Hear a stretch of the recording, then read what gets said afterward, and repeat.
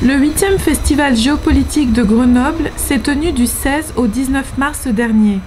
Organisé par l'École de management de Grenoble, il avait pour thème les dynamiques africaines. Au programme, plus de 100 conférences, débats, tables rondes avec des intervenants venus du monde entier. Parmi eux, Patrice Passy, ancien conseiller du Premier ministre de la République démocratique du Congo, expert en intelligence économique et communication d'influence. Au 8e Festival géopolitique de Grenoble, Patrice Passy est intervenu sur la dimension culturelle dans les négociations d'affaires en Afrique. Au cours de son exposé, il a montré avec brio comment faire de la culture africaine une stratégie d'affaires, d'investissement et de conquête de marché. C'est simplement une mise à jour du logiciel culturel que nous proposons. C'est aussi une acceptation et une compréhension des évolutions culturelles africaines que nous mettons en avant pour permettre des rapports concluants et des rapports fructueux entre les deux peuples. Aujourd'hui, plus de 70% des projets d'investissement des étrangers échouent en Afrique par manque de connaissances culturelles. On mésestime le poids de la culture dans la conduite et la gestion des affaires. J'ai dit tout à l'heure que généralement on va pour négocier, pour s'expatrier, pour vendre, pour défendre ses intérêts, mais au cœur de ces différentes activités commerciales, il y a l'homme. Et l'homme, c'est le fruit de sa culture. Donc lorsqu'on n'intègre pas ces différents éléments, naturellement, ça pose des problèmes dans la gestion, la conduite des projets. Qu'est-ce qui pose problème? C'est la gestion du temps, c'est le rapport à l'autre, c'est le rapport hiérarchique, c'est l'autorité, c'est le respect de la parole. Patrice Passy a proposé des clés pour une réussite parfaite et son auditoire ne pouvait qu'être ravi. Et ce qui a été dit est tout à fait intéressant et montre à quel point il va falloir aujourd'hui redéfinir la manière de gérer les entreprises en Afrique. Je crois que le plus important à retenir, c'est que le management aujourd'hui se déploie sur deux versants. Le versant de l'universalité des principes, des activités, la délégation, la formalisation, le contrôle, la récompense, la sanction, etc., etc. Mais aussi le versant de l'adaptation à l'environnement. Je dirais le versant de la contextualisation ou de la contingence.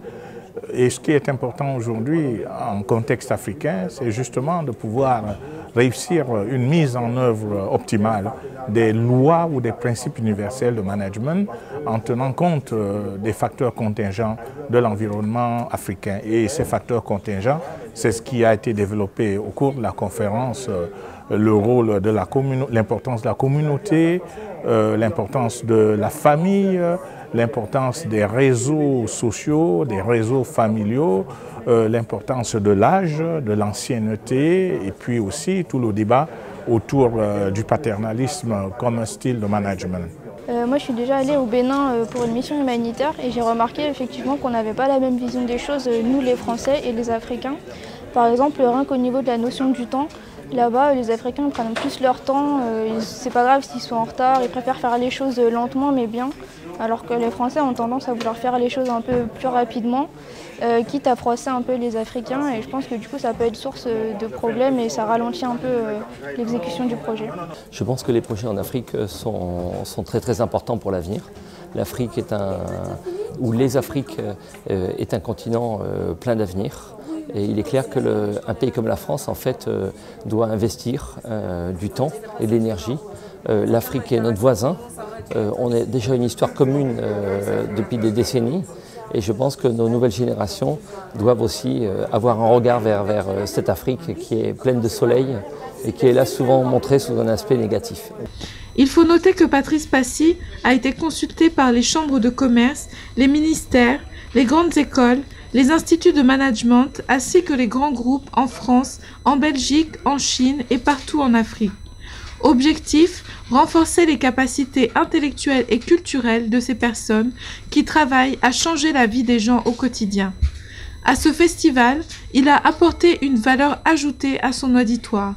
La culture est une réponse des peuples face aux sollicitudes de la nature. Et donc nous constatons que par rapport à la mondialisation, la culture, les dynamiques endogènes africaines évoluent Et je suis venu cet après-midi dire aux participants qu'il faudrait intégrer ces dynamiques dans les stratégies d'affaires quand on veut mener des projets en Afrique. Sa société, DB Conseil, est le numéro 1 des solutions interculturelles Europe-Afrique. Spécialisé en intelligence économique, communication d'influence, management des organisations et en gestion de problématiques interculturelles, ce cabinet est la référence africaine des solutions d'entreprise depuis 15 ans.